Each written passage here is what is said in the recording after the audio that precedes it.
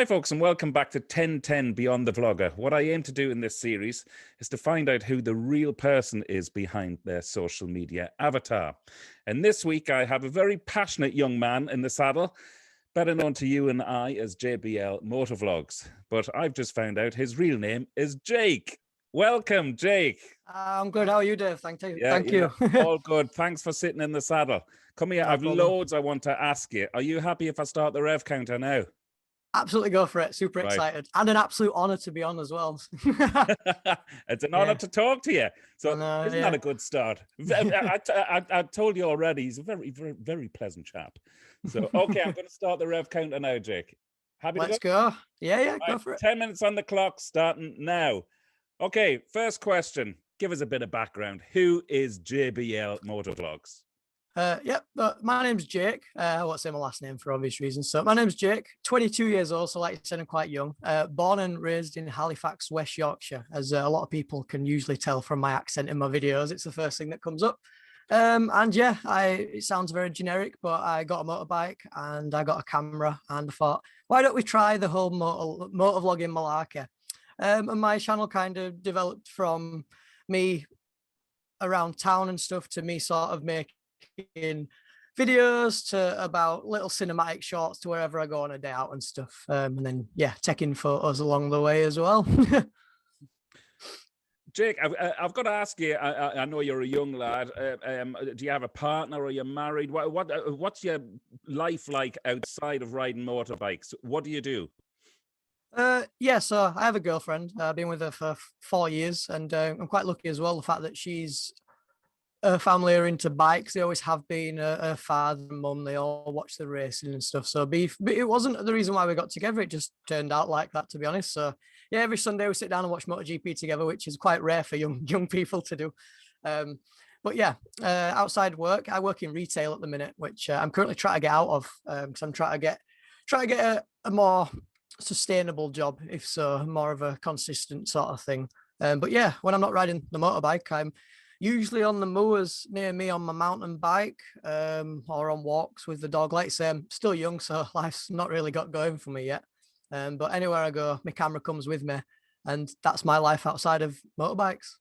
I've got to say, your passion for that MT-07, it's infectious, actually, and that's one of the things which attracted me to your channel from the get-go. Yeah. You know, I love your enthusiasm for that bike. I mean, it's truly a love thank affair. you. Do you have any other bikes on the horizon? Have you got your eye on anything else?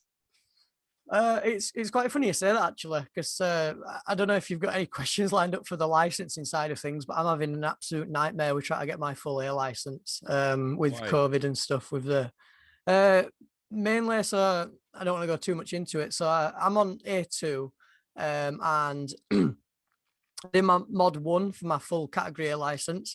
Then I did that. Then I went to my mod 2 and failed my mod 2. So my mod 1 expired. So I've tried to book my mod 2 again, and they won't extend any certification. So that includes CBTs, mod 1 or anything. So I've got to do my mod 1 again, to do that, to then do my mod 2. So it's just all over the shop at the minute. But yeah, when I pass that, I hopefully take the restrictor off the MT for a little bit. But its mileage is getting up there a little bit now, and I'm seeing some cracks in the faults, if you will, with it. I mean, it's still an absolutely perfect bike. I do love it, like you say.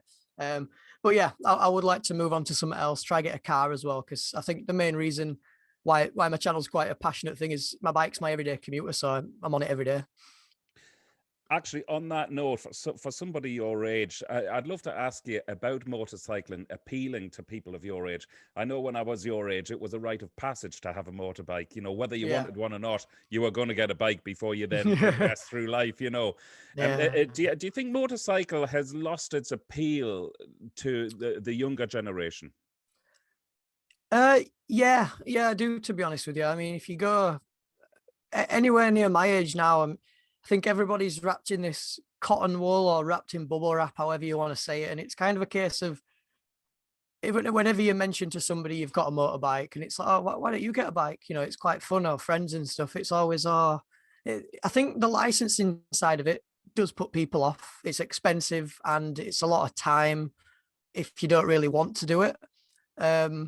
But yeah, I don't think it's as accessible as you will anymore. But I think that's how they want it. I don't think they want young people on bikes because insurance wise, it's silly money. I mean, you have to really, really want a motorbike to get one these days.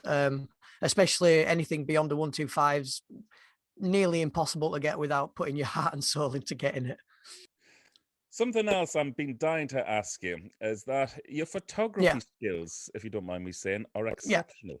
Is this Oh, something thank you've you. just discovered about Jake, or has it always been there, that artistic flair side of you? Uh, I don't know. I remember back at school, I never took photography or I mean, I always took like graphic design and stuff, which probably transpires into like thumbnails and channel art and stuff. Um, but yeah, as for photography and stuff, I never took it at school. And then before I went to the TT 2 years ago, I grabbed myself a cheap camera because my phone just wasn't cutting the fast shots anymore. And then yeah, I picked it up and I started taking photos of flowers and all that sort of stuff. And then it started taking photos of bikes, and then I got another camera. And I think it's kind of the same with a bike. You know, you get used to that camera, you know everything about it, you move on. And I'm on my third one, and it's just kind of it just goes wherever I go, and I try use it where I can to learn where I can. To be honest with you, Big question here, Jake. go on. Dream bike, Oh, road bike, race bike, or any bike? any bike overall. Any bike. Definitely the Yamaha MT-10 SP, the full spec version. Lovely bike. Can God, do everything in my books. yeah, gorgeous, gorgeous. Can I ask you now about the commitment of being a vlogger? You know, Yeah. how do you deal with, I think we all have a little bit of it now and again. How do you deal with the negativity, especially being a young lad? And what drives you? What pushes you forward every time you're making a new video? Yeah. With the whole driving for it, it's some, you know, it has been, I mean, I'm only a small channel in comparison to, you know, the UK scene. And there has been a couple of times where, you know, reality's got in the way, and it's kind of, you know, am I going to have to stop it? Like, it's a hobby, it's not a job. But yeah, I just kind of took a break, put a post on, powered through. And then negativity and stuff, it's another one. Being my age, there's unfortunately people these days are mean to each other. It's just how it is. Luckily, I've been brought up in a way where I can just, you know, shut that off. Stay in your lane, if you will. And if anybody wants to bring you down, then I just see it as it's not my problem. You know, I mean, this is what I want to do, and you're taking time out of your day to bring me down. Like, that's not my problem. I'll just carry on. I remember watching a video of yours. You went off on your motorbike to buy one of those bike dryers. Yeah, And I never knew it was possible to make a video about going out to buy a bike dryer, as neither interesting did as you I. did.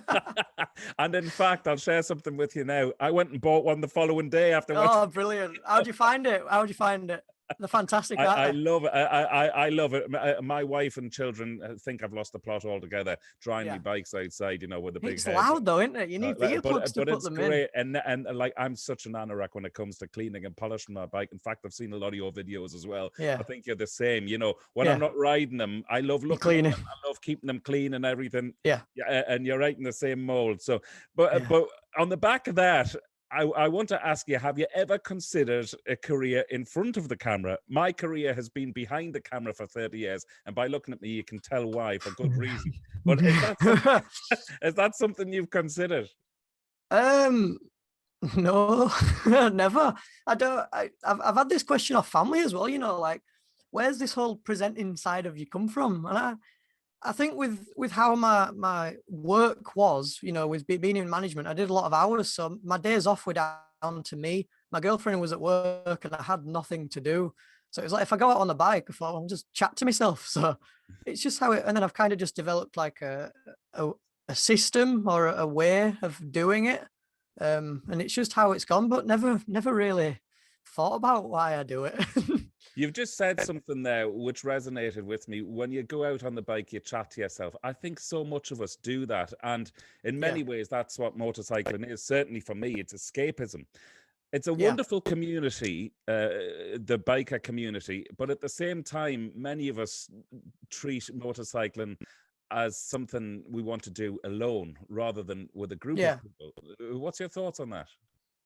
So like group riding and stuff. Yeah. Like, yeah, group riding side of stuff. I don't know. I've mentioned it a couple of times on the channel. I'm not a massive fan of group rides unless it's, in cause of something. So I remember I did over by me, there's the Ring of Red ride, which was for Armistice Day and stuff. And, it's a calm ride, veterans and all that sort of stuff. But as for your normal group rides, any more than 5 or 6, and they have to be people I've ridden with before. I can't ride with random people because it gets a bit silly and it's not my sort of scene.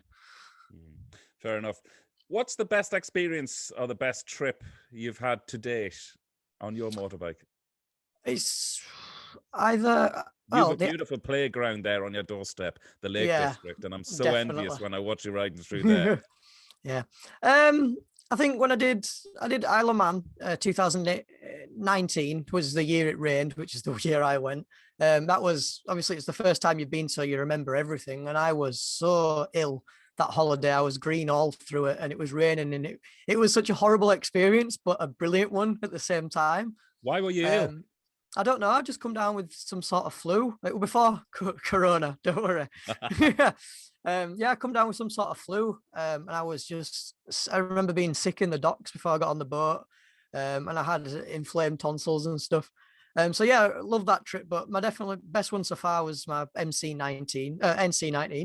500 that I did last year, post COVID, which was spectacular. I mean, yeah, there's no words for it. It's just something else. In fact, I was speaking to Teapot One a few weeks ago, and he mentioned the NC 500 as well. I think when this pandemic is over, I think every single motorcyclist is going to descend on Scotland to do that route. Because like to stay inland as well, that's where everyone's going to have to go. I'd seen that as well, and I'm thinking, I'm glad I did it when I did it, because it was in between the lockdowns. Like, yes, it was busy, but it was through the week as well. So I'd kind of got lucky with the timing and the weather. But yeah. Talking of timing, time is pressing on. So last question. What's next for Jake and JBL Motovlogs? So I want to try get I'm going to get my full A license, and my route now for the channel. Now I feel like I've got like a base audience, is to try get out on some test rides, some first rides, and try get that presenting ability and cinematography sort of side over it to showing off bikes. Maybe not reviews, because I don't understand people that post a review on a bike they've only ridden for a day. It's more of a first impression. So yeah, my goal now is to jump into that first impressions world and test ride some bikes and give honest opinions, which I think is something that's needed on YouTube. Honest opinions. Well said, young man. And Jake, we're just beyond the 10-minute mark, so I'd like to say thank you so much for jumping in. Thank you for having me, honestly. And once again, Jake, an absolute pleasure to talk to you. Thank you so much for taking the time to sit in the saddle. There you go, folks. An inspiring young chap. This time next week, I have somebody else sitting in the saddle. So if you haven't subscribed to my channel, be sure to do so. Until then, I'm Dave Perry, Wheelie Good TV. Over and out.